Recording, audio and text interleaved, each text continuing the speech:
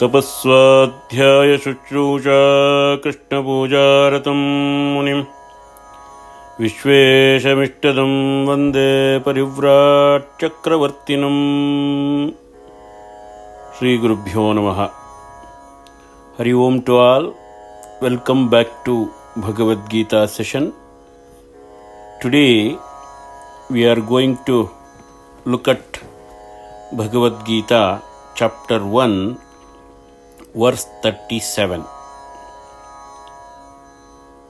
Up to this point, Arjuna has spoken about relationships, compassion, sin and loss of joy. Now, in this verse, he addresses the hardest moral question.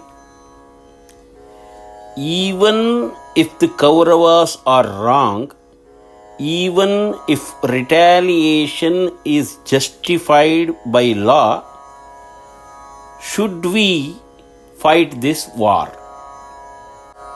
This is the ultimate question he has in his mind now. This verse is where dharma and conscience collide head on. Let us look at the shloka first.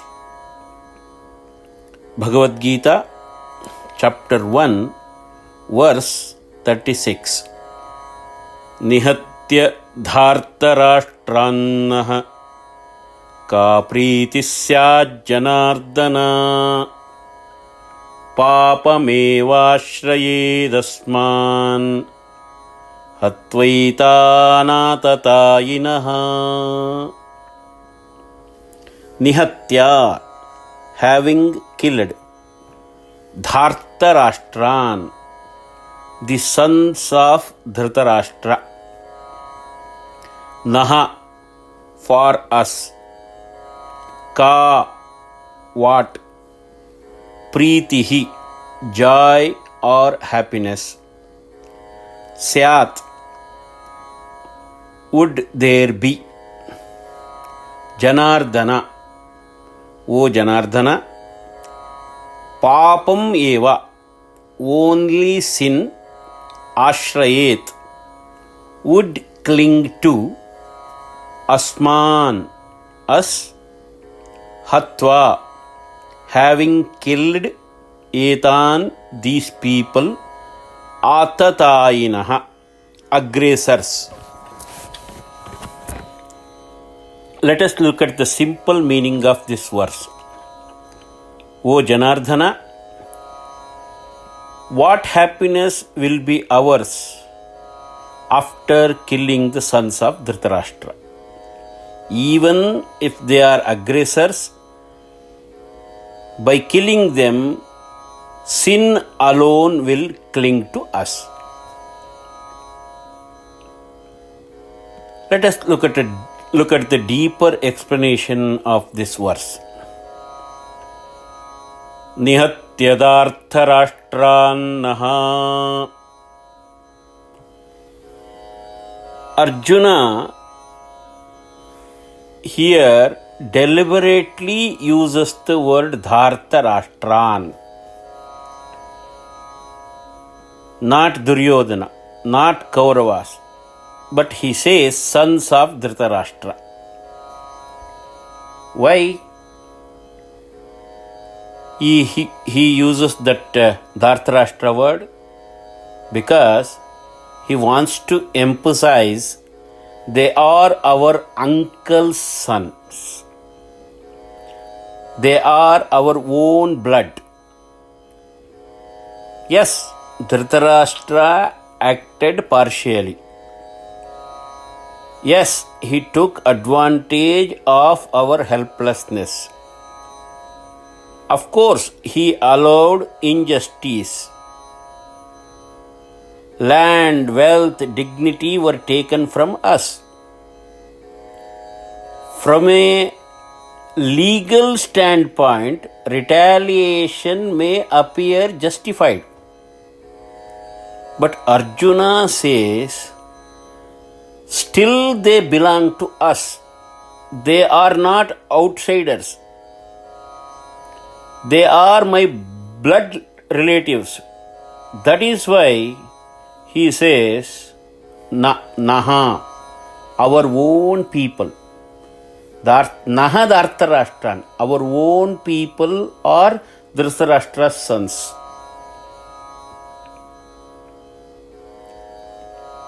So that is why they are own people, I don't want to kill them. He uses word nihatya. Nihatya dhartarashtranaha. Nihatya means complete destruction.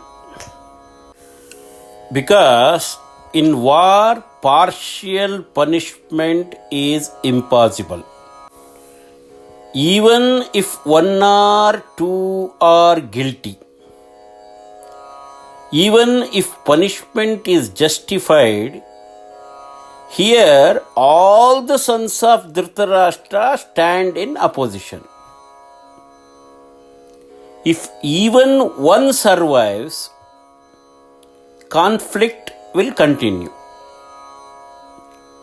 Arjuna realizes this war means complete destruction of cousins. That is unacceptable to him. That is why he don't want to fight.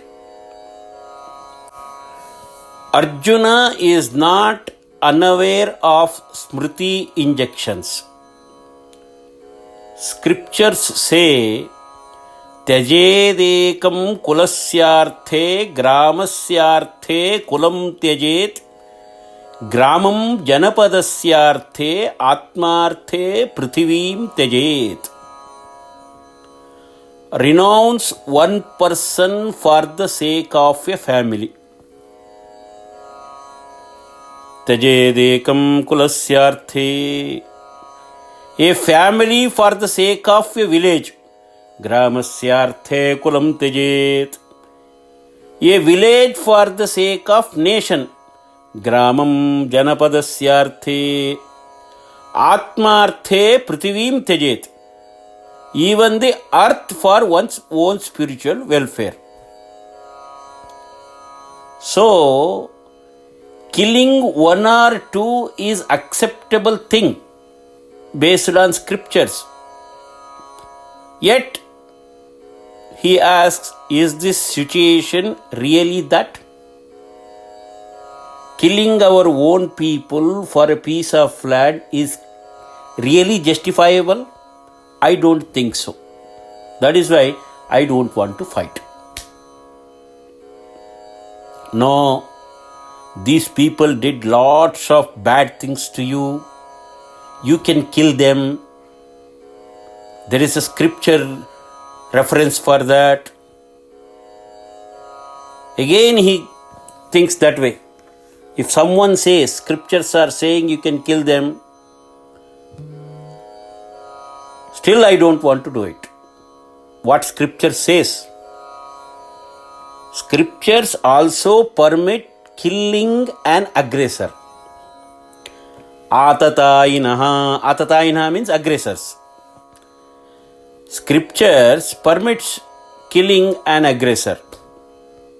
It says, Gurum va balavruddho va brahmanam va bahushrutam atatayinamayantam hanyeda va vicharayan. Gurum va balavruddho va brahmanam va bahushrutam. Even a teacher, a child, a elder, or a learned Brahmin, Hanyadeva Avicharayan, may be slain if they come as an aggressor. Atatai. If he is aggressor, you don't have to think twice to kill, even if he is a teacher, even if he is a small child or old man or learned Brahmin. If they are aggressor, you can kill them without thinking twice. So, you don't have to worry about those things. You can kill them. If someone may argue, but still I don't want to fight. Who are the aggressors? Scripture again says, what are the qualities of aggressors? Who can be termed as aggressors? Agnido garadaschaiva shastrapanirdanāpahaha kshetradharāpahārīca shadetehyatatayinaha. There is 6 types of aggressors. An aggressor is one who sets fire, Agnida. And an aggressor is who is poisons, Garada. An aggressor is one who attacks with weapons, Shastrapanihi. An aggressor is one who steals wealth, Dhanapahari. And Dara, Dhanadhara. Dhara means wife, woman. A aggressor is one who abducts a woman, Dharapahari. And Kshetra, Dhara and wealth, Kshetrapahari. An aggressor is one who seizes land, Kshetrapahari. So it means one who sets fire, one who poisons, one who attacks with weapons, one who steals the wealth, one who seizes the land, one who abducts a woman. These are the 6 types of people can be termed as aggressors. Now, you can see Dhritarashtra's sons. They all have these 6 qualities. Dhritarashtra's sons fit all 6 categories. When Bhima was child, he was poisoned by Duryodhana. And we all know the Lakshagriha burning incident. So set fire, they did. Poisoning, they did it. And stealing the kingdom, we know that. Attempting Draupadi's humiliation, we all know that. Taking up arms unjustly, that it is this war itself is a witness for that. So example for that. So yes, by law they qualify as Atatayinaha. When they become Atatayi, scripture again says, without thinking twice, you can kill the Atatayi. Still, Dhritarashtra is my uncle, Duryodhanas are my sons, and they belong to me. I don't want to fight with them. This was the stand by Arjuna in that battlefield. Because still, okay, of course, there is a Atatayi thing in the Duryodhana and his brothers. Still, why does Arjuna refuses to kill them? Because law is not the same as conscience. Even if killing them is justified, what joy will remain? Ka priti syat janardana. Arjuna asks a piercing question here. What happiness will come from What happiness will come from sitting on the throne built on blood?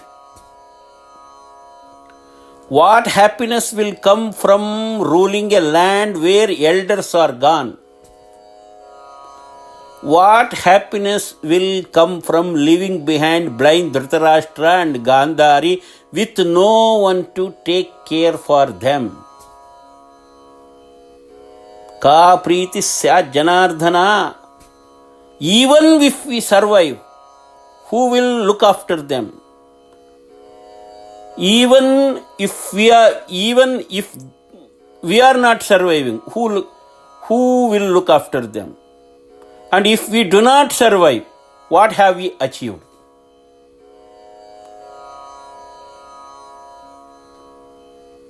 So, ka pritisya janardana. There is nothing we are going to achieve from this battle. That is why I don't want to fight. Also, when ka pritisya janardana, in Arjuna's mind, this thing was there, social consequences, means people's perception. Dhritarashtra and Duryodhana did not harm common citizens. They ruled with generosity and strength. People were admiring Duryodhana and Dhritarashtra. Now, the conflict between us is the cause for this war. In this war, if we kill them, people may not see us as restorers of dharma. They may see us as the traitors. Because Mahabharata itself describes how loud Duryodhana was as a king. Victory may come. We can defeat Duryodhana. But we may lose respect in people's eye. We may win this war. Victory may come, but respect may never return. Ka priti syat janardana. People won't trust us. Not only that, by killing our own people, papame vashraye dasman. Sin alone will cling to us. This is Arjuna's final conclusion. Win or loss, killing relatives will bind us to papa, sin. Sin will not leave us, and that sin will disturb the mind, haunt life, bind us further to samsara. As long as we are living on this earth, we feel for that sinful act. The guilt will kill us until we die. So I don't want to be in that type of guilt. I don't want to commit that type of sin. I don't want to remain in this samsara forever because of that sin. Killing our own people is ultimate sin. So I don't want to do that. I don't want to commit that mistake. I don't want to fight. So he says Janardhana.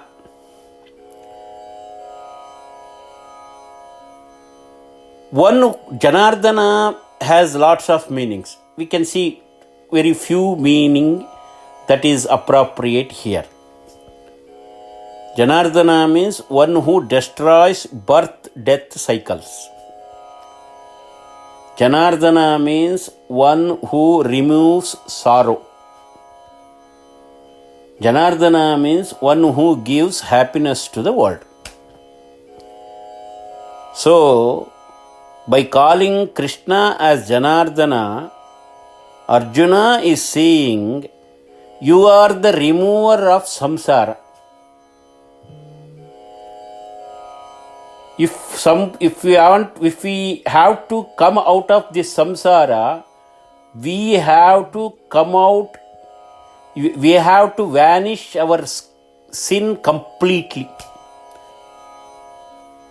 But again we are doing the same mistake.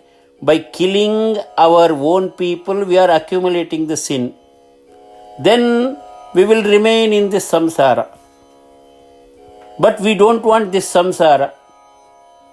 You have to take out us from this samsara, because you are the remover of this samsara.